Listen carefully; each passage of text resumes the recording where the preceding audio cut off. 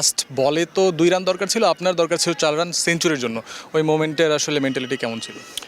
ওই মোমেন্টে মিথুন ভাইয়ের সাথে কথা হচ্ছিল, আমি জাস্ট নর্মালি যেভাবে ব্যাটিং করছিলাম সেভাবে ব্যাটিং করার প্ল্যান ছিল, যদি হয় তো হবে, না হলে কিছু করার নেই, জাস্ট ম্যাচ যাতে জিতে আসতে পারি।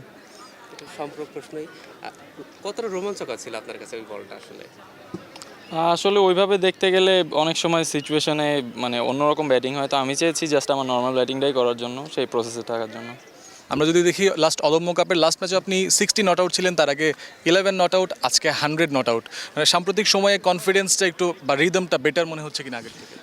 রিদম বিপিএল থেকেই আমার কাছে মনে হয় আমার ভালো ছিল, বাট বিপিএলে বড় করতে পারছিলাম না, 20-30 করে আউট হয়ে যাচ্ছিলাম, তো সেখান থেকে চেষ্টা করেছি কিভাবে আরও বড় করা যায়।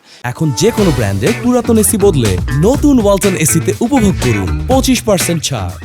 তো তারপরে ওই জিনিসটা কাজ করে ভালো করতে পেরেছি। আফিফ ভাই, একটা কথা সবসময় শোনা যায় যে আপনি একটু উপরের দিকে ব্যাটিং করতে স্বাচ্ছন্দ্য বোধ করেন। আজকেও 4-এ ব্যাটিং করলেন, ভালো স্ট্রাইক রেট নিয়ে খেলেছেন। সো এইটা স্টেটমেন্ট কিনা যে আমি উপরে ব্যাট করতে পারি বা উপরে ব্যাট করতে চাই?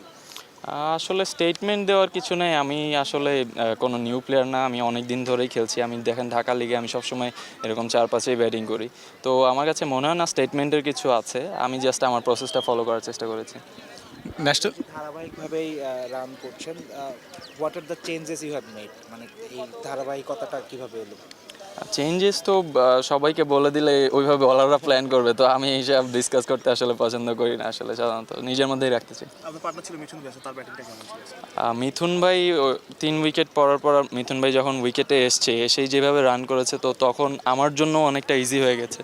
তো ওই মোমেন্টটা মিথুন ভাই পুরোপুরি চেঞ্জ করছে, যেই ক্রেডিটটা পুরোপুরি তার। চেঞ্জেসের কথাগুলো যখন হচ্ছিল, মোস্ট অফ দ্য চেঞ্জেস কি টেকনিক্যাল নাকি মেন্টাল, কোন বিষয়গুলো বেশি অ্যাডাপ্ট করতে হয়েছে? মেন্টাল জিনিসটাই বেশি অ্যাডাপ্ট করতে হয়েছে। ভাই আজকে আপনারা একটা পরে নেমেছেন, আসলে কালো আর্মব্যান্ড পরে নেমেছেন, এটা কারণটা কি যদি একটু বলতেন? এটা আমাদের প্লেয়ার মেহেদী ভাই আমার খুব কাছের একটা বড় ভাই, তার আমা মারা গেছে, সেজন্য আমরা ব্ল্যাক আর্মব্যান্ড পরে খেলছি। Last question, what are your thoughts about national team?